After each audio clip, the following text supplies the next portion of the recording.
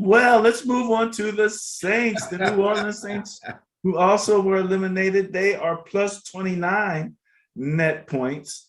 And again, these were gross net points. So that means over the season, they only scored 29 more points over a 17-game season than their opponents did. Right. So that's not what you call dominance, and that's what the Sterling Net Point Power Rankings is looking for, to kind of pick out the teams that are dominant, even though your number one team does not win the Super Bowl generally. So that's almost like a Madden curse now to be number one. Well, as we all know, the playoffs is a whole different animal. Whole different animal. Well, in any event, the brain trust for the New Orleans Saints is now listed as General Manager Mickey Loomis, new head coach Dennis Allen, offensive coordinator Pete Carmichael. You have your special teams coordinator Darren Rizzi. And you have an interesting situation here where you have co-defensive coordinators. Ryan Nielsen is going to handle the line, and Chris Richard is going to handle the secondary. Yeah. And then quarterback they have listed one Jameis Winston. Jameis Winston, who I'm always rooting for. Yeah, I'm always rooting for Jameis. Jameis has had some hard luck. Some of it brought on him by himself, and some of it just being in the wrong place at the wrong time. I'm talking about team-wise, not off the field. But let's see. Let's start with the GM. That's Mickey Loomis, a name that I'm sure a lot of people have heard. He's been around for a long time, 22 years as an NFL executive. All 22 years have been with the Saints. You won't hear that too much. A lot of these guys have moved around from scouting departments here and there before they get locked in as a GM with a particular team. Mickey Loomis has been with the Saints his entire 22-year NFL career.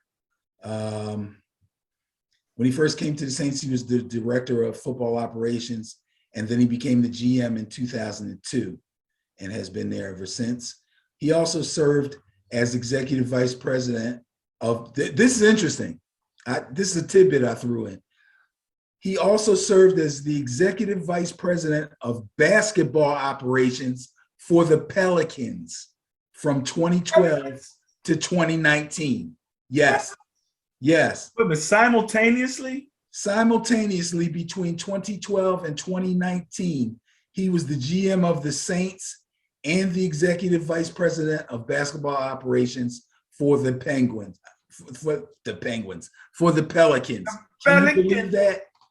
That is amazing. For all I know, maybe he worked for the Pittsburgh Penguins too. I don't know. This guy's amazing. Like 7 years, right? If my math is somewhere close. Yeah, that sounds right.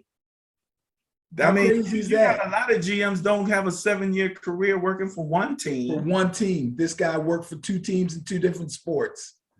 I think that's amazing. I think that's amazing too. I really do. Wow. Okay. Well, definitely have to make sure we promote that to the people. Yes, sir. Awesome. Give Mickey Loomis some props. Okay, head coach Dennis Allen. He started his NFL coaching career with the Falcons back in 2002 as a defensive assistant, and was a defensive assistant with the Saints from 2006 until 2010. He became a defensive coordinator for the Broncos in 2011 and got hired as the head coach of the Raiders back in 2012.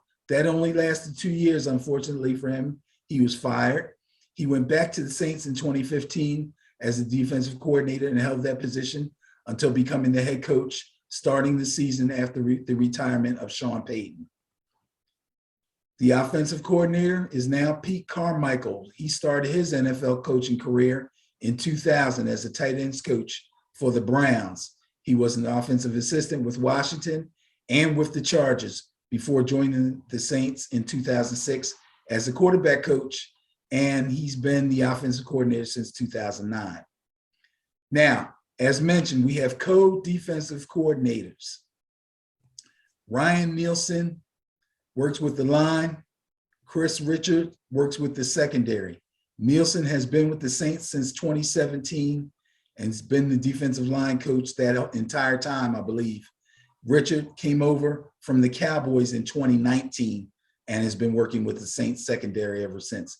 Evidently, these two guys work really well together.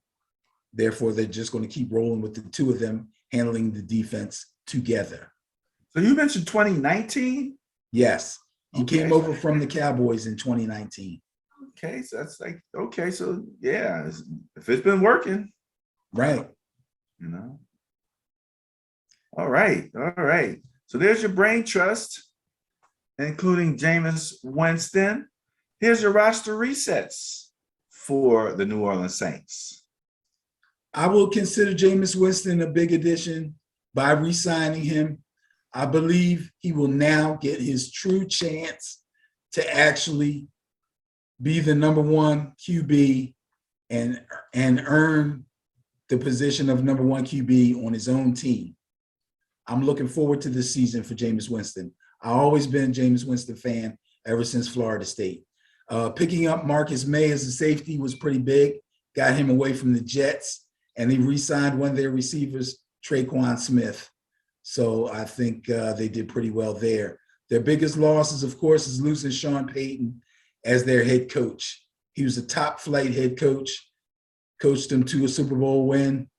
He'll definitely be missed, and that's going to put a lot of pressure on Mr. Allen as the new head coach. Let's see. Teron Armstead, offensive tackle, oof, big loss. Marcus Williams, oof, pretty big loss at safety. I don't know how the Saints are going to do this year, but those are pretty big losses. The additions don't really add up to make up for them, but their first round draft pick definitely does. Chris Olave is a wide receiver out of Ohio State, very highly touted, was the number 7 pick overall, and I believe he will live up to that, no doubt about it.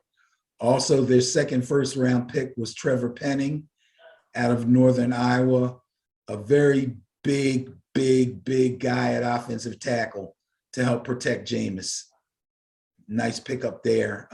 Second round, they got Alante Taylor, a safety out of Tennessee. I'm not going to pretend I know a whole lot about him, but I do know they need some help at safety since they lost Marcus Williams. So hopefully Taylor will be a plug and play for them on their defense. Yeah, man, you talk about plug and play. I'm looking at this Trevor Penning plugging and playing for Teron Armstead there. I see OT and OT. I don't know if they play the same side or not, though. I'm trying to remember. Trevor Penning is a big guy. I think he played both tackles in college at one time or another. Whether or not they'll be able to plug him in at left tackle, I don't know. We'll see. All right.